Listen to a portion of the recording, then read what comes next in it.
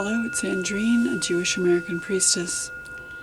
And this morning I'm doing a reading and I'm just going to look at one letter. I don't know which one it is. I'm going to stir up the letters in my bowl. But I had the inspiration this morning to just kind of dive deep into one of the Hebrew letters, one of the sacred letters of the Hebrew AlefBet.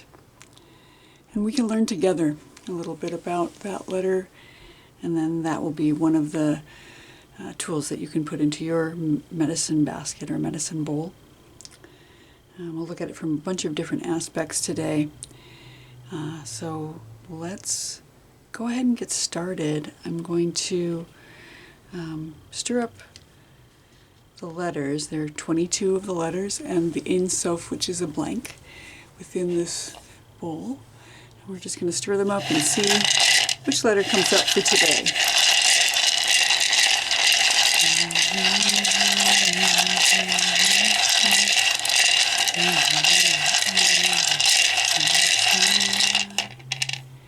Okay.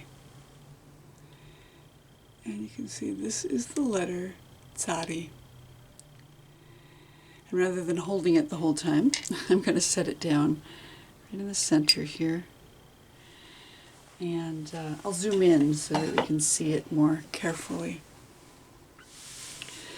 I'm going to go from what I know off the top of my head first, and then we'll dive in a little deeper into various elements of the Tzadi. Tzadi is the letter that begins the word tzedek and tzadik. And tzedek means justice. One of the things that's very important in ethics within the people is justice. Justice being served. And Tzadi begins that word justice. Also, tzedek is the name of the planet Jupiter, which is the largest planet in our solar system. So there's a really strong element of the largeness of justice, because that being the largest gas giant that we have in our solar system. Tzadik is the name that one is given when they are a righteous person. You may have heard somebody called a tzaddik or a tzaddik. So there's justice and righteousness that's in the Tzadi. It's also the first letter of the word Tzayid, which means hunting. And in that case, what we're talking about is hunting for justice in the world. We're looking for the goodness in people, and we're diligently seeking out wisdom. We're seeking out knowledge of the divine's will for us in the world. And there's another word that comes to mind when I think of tzadi, and that is the word tzedakah. Tzedakah, you may have heard of a tzedakah box. That's where you might put coins in your home that then you would donate to a charity. But tzedakah is much larger than charity. It's the concept of helping others in a variety of ways, not just giving money. Giving money is an important thing, but it's about being there for someone when they need listening to. It's about asking for the help you need when you are in a crisis. So it's about mutual aid. It's about giving and receiving. So tzedakah is one of those. It's said to be one of the components that will help us receive a lesser punishment on, for instance, Yom Kippur, if you believe in the idea that we could be written in the book of life or the book of not life. And you can do a few things to try to lighten the decree of what's coming to you based on your actions from the previous year. And giving of tzedakah is one of the ways that you can change the tides. So if you've made a grave error, you've harmed someone, or an entire group of people, if you've come to discover that your actions in the past have been unjust or unworthy or not righteous, one of the ways you can try to repair it, of course you can't undo harm, but one of the ways you can try to repair it is by making amends, right? And that amends can include payment. For instance, if you'd stolen something, you both want to return it, and you want to compensate the person for the harm that it caused, maybe monetarily, or maybe you want to do some work in the world. If you're unable to reach the person who has been harmed, you might go do volunteer work at an organization that represents the harm that was done. So tzedakah is also here in the Tzadi. The Tzadi is the number 90 in Gematria. The number 90 is significant because it is the 9 times 10. So 9 is the number of months in a human gestation. So during a pregnancy, you have 9 months of gestation. So you have this concept of pregnancy and carrying something and developing it, and that is multiplied times 10 in the Tzadi. The letter that's affiliated with the number 9 is Tet, which is the letter that begins the word Tov. Tov meaning good. So a gestation of something good multiplied times 10 brings us to justice. So we have this idea of goodness that is to the 10th degree, to the nth degree, which is to say a factor of 10. And that brings us to this concept of justice here. And in association with that concept, it's like our matriarch Sarah. She was the wife of Abraham. She's said to have been a priestess. And she was unable to conceive for most of her adult life. And at one point, she was promised a child through Abraham. In the Torah, it said that angels visited them. 3 angels came to visit them, and she hosted them. So she brought them food, and she made bread, and she baked a dinner, a meal for them. And then at one point during the meal, one of them said to her, "You've been wanting a child, and you are going to have a child." And Sarah laughed, is what it says. She thought, how am I going to have a child? Because she was 90 years old. And on the other hand, justice now was coming to her. After all of that waiting and serving, all of the years with Abraham, all of the traveling that they had done together, she's been given the gift of knowing that a child is coming in her elder years. She was 90 years old, it says, when she conceived and gave birth to her son Yitzhak. And Yitzhak has the Tzadi in his name. Yitzhak, which means laughter, because Sarah laughed when she heard the news. She thought, this is ridiculous. I'm an old woman. How will I give birth? So the Tzadi has the matriarch Sarah and Yitzhak, her son, in it as well.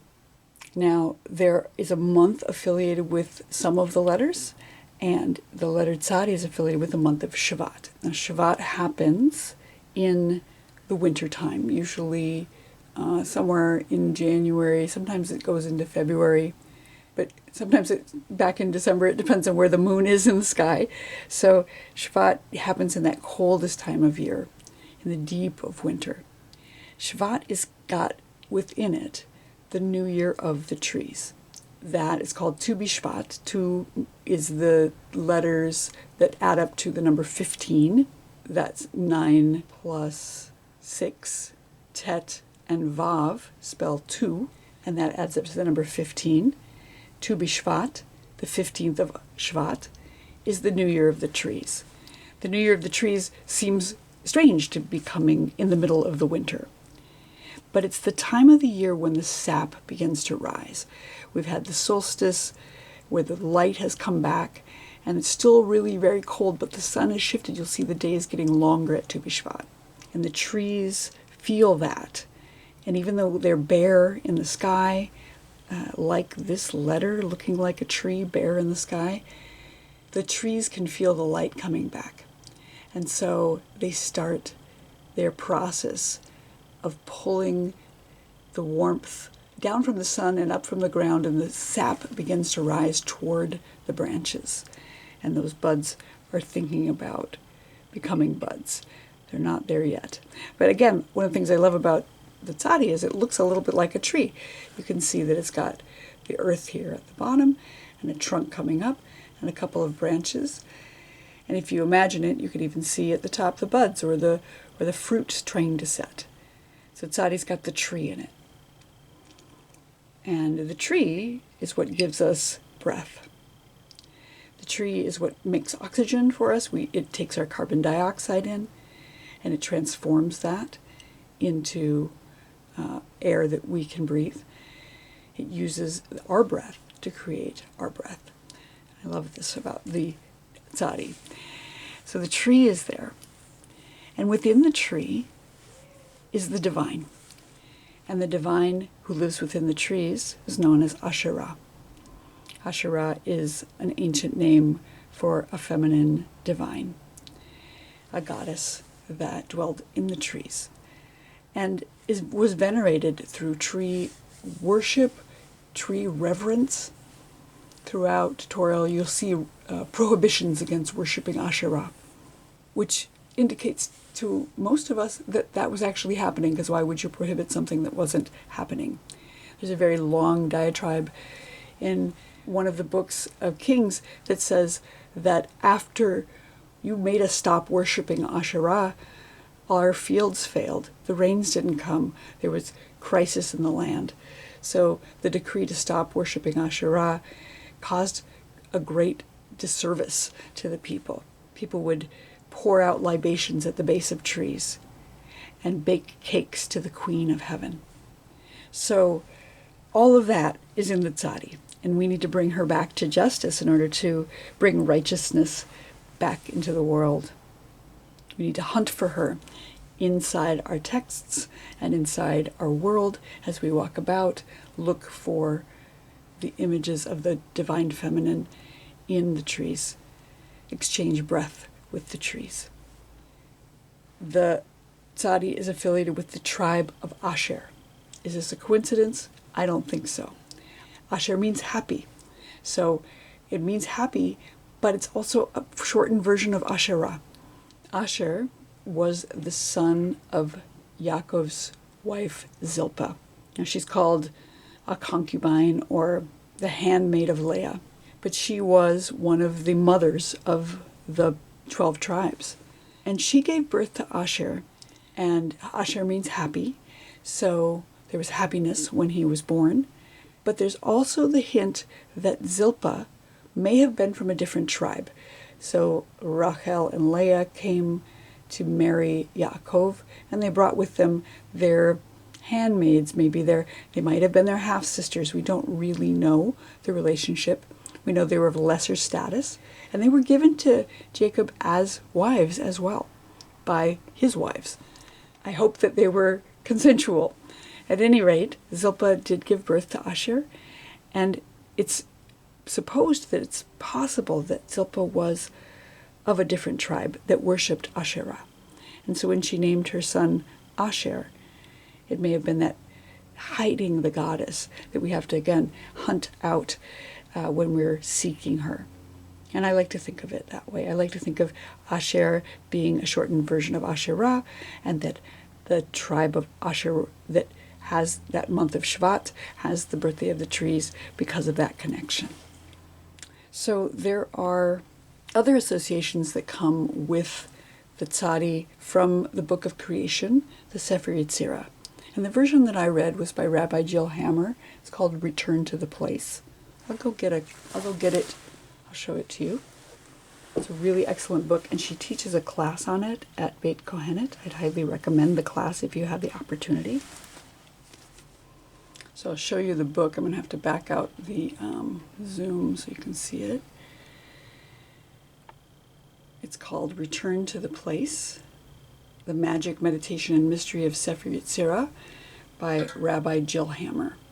She was the founder of the Kohenet Hebrew Priestess Institute and currently the leader of Beit Kohenet, which is the house of the Hebrew Priestess where classes are taught and so on.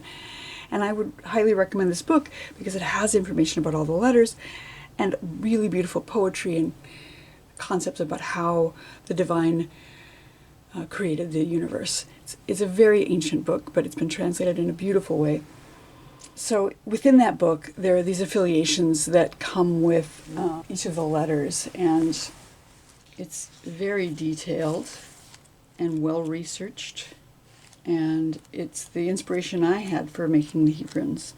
So within that book, and the ancient book that was translated, there are a foundation and an affiliation with time and space and body parts and different characters within Torah. So we talked about Asher, we talked about the month of Shvat. The foundation that's affiliated with Tzadi is the foundation of thought. So in order to come to justice, I put it together that we must have good thoughts, we must use our mind and our wisdom in order to think correctly. And it's affiliated with the right foot in the body. To that end, I think about, in order to bring about justice, we have to step forward with our right foot, with the correct foot, being on the right foot. And it's affiliated with the constellation of Aquarius in the sky, because that's the time of year when the month of Shvat comes along. Aquarius is said to be the astrological sign for the Hebrew people. Aquarius is the water bearer. So she carries water, and it is said that Torah is like water, and it quenches all of our thirsts. Oh, just to, one of the things that I really love about the shape of the Tzadi, in addition to its tree shape, is that for me, I like to take apart the letters. I like to take apart the words into letters, and then I like to take apart the letters into other letters. So in every letter, there's going to be a yud, because you have to set the pen down somewhere, and it creates this little tiny, apostrophe-looking thing. And in the Tzadi, we have two yuds at the top, yud, yud. And I don't know if you know Yiddish, that abbreviation, yud, yud, means the divine name. It's often pronounced Adonai, but it's an abbreviation for Yud He Vav He. And so it's got the divine name right at the top of it, Justice does, Yud Yud. And it looks a little bit like two eyes. It looks a little bit like the fruit, as I said, or buds on this tree. And if you take this Yud off, you have this letter that looks strangely crooked. But it looks like the letter Nun has been bent over. And that's interesting because Nun already has connotations of humility. It's about faithfulness and loyalty. The word nifal, which begins with the letter Nun, means to fall down, to prostrate yourself. So there's this humility that's happening, but it's ultra extra humility because the Nun is already bent forward. And then there's the Yud at the back of it. So it's as if somebody is prostrating themselves and the divine, the Yud He Vav He, is at their back. They're carrying the divine on their back, and they're finding their humility within that. And to me that says, this is how we find justice. We use our intellect, we use our thought, we hunt for it in the world. We become humble. We have the divine above us and at our back. We listen to the wisdom of the trees to bring about justice. We hunt in the world for the divine feminine. We let that gestation bring about goodness in an ultimate way. Tzadi has so much in it, and it's such a beautiful letter. I love the sound of it too. It's like a TZ together. Tzadi. We don't really have that letter in English, but there are words that have that sound in it. Usually it's in the a middle or the end of a word. Pizza. Pizza. It's got that sound in it. And that comes from a different language, of course. So each card also has a tarot card that's affiliated with it. Of course, that's a more, I would say, modern invention, still hundreds of years old. But for me, the tarot card that's affiliated with Tzadi is the card of justice. Because Tzadi begins the word tzedek, meaning justice, But there's a bunch of other traditions around tarot, some of them which were co-opted and appropriated by non-Jewish folk, the Order of the Golden Dawn, etc. You'll see sometimes Hebrew letters on tarot cards. For me, were like really mysterious, like why is this affiliated with this card? Because it's not the numerical value, it's not the ordinal number of this letter within the AlefBet, and it doesn't seem to have anything to do with the meaning. And I think it was just that the people who were making the tarot at that time really wanted to absorb those mystical symbols, but they didn't have a strong concept of what they meant. So they just did it in a cardinal fashion, but they started the number 1 with the Fool. And the Fool card in tarot is the number 0, so nothing lined up accurately. So the Tzadi is the 18th letter in the AlefBet. So because Tzadi is the 18th letter of the AlefBet, it corresponds to the concept of life, because the number 18 is Chet, Yud, and it spells Chai, meaning life. A tzaddik is somebody who fulfills their life's purpose by being a tzaddik may bring about long life. So here's a card from the Aquarian Tarot of Justice. And Justice is sitting on a throne. It's usually carrying scales, you can see here, and has a sword. It's between 2 pillars and has a very stern, kind of severe look to it. And Justice doesn't always look this way, either in the tarot or in real life. But this is the card that I affiliate with the Tzadi, the Justice card. In the traditional tarot, the card that's affiliated with Tzadi is the Star. And I mean, the Star is a perfectly wonderful card, but you'll notice that it's number 17. 10, 5, and 2 is 17. And so it's lined up strangely because the traditional tarot starts with 0 and then counts forward. So although Tzadi is affiliated with the Star, it's the number 18 in its ordinal numbers in the Hebrew AlefBet. And then there's a third way of looking at the tarot that's recently been released by Stav Appel, who has studied the Torah in the tarot based on a deck that he's been looking at called the myriad Tarot. And the card that Stav assigns to Tzadi is Death, which is interesting. Depending on who made the deck and when it was made, sometimes they have a different numerical system, etc. But Stav affiliates the Death card with the Tzadi. I'm going to set it right here. Maybe I'll back that out so you can see it a little better. And I'm going to read from the book that he has written about it because I'm curious to see what his reasoning is. Oh, it's because he's looking at the cards in terms of what shape they are and where you can see the letter in the actual image. And if you look at this, you can see it's got the Tzadi in it.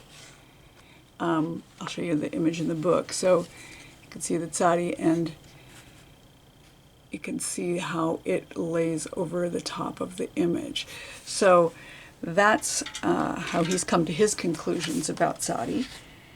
And he says that the Death card that's numbered 13 symbolizes the resurrection of the dead and the promise of an eternal reward for righteous in the world to come. So righteousness is Tzadi. That makes sense. The figure's scythe in the shape of the 18th letter of the AlefBet, Tzadi, is a homonym for tzaddik, a righteous person. The 13th and 18th letters in the cards have been switched with each other for reasons explored in the explanation of the moon card in his book. So there's a bunch of different ways of looking at the tarot with regards to the letters. And for me, I like to sit with the letters and ask them, what card do you want to go with? And for me, again, Tzadi went with justice because of the clear definition of tzedek. So, read the letters the way that it works for you. If it works for you to go with the traditional tarot because that's the way you learned it and the star resonates, great. If you want to go with my interpretation, great. If you want to sit with the cards yourself and listen to them and listen to the letters and see which one comes up, fine. And then again, Stav Appel has this other interpretation based on this particular deck that is resonant for them. So those are some of the affiliations with Tzadi and the tarot. In the Paleo Hebrew, the Tzadi looked very different. I'm going to go grab one.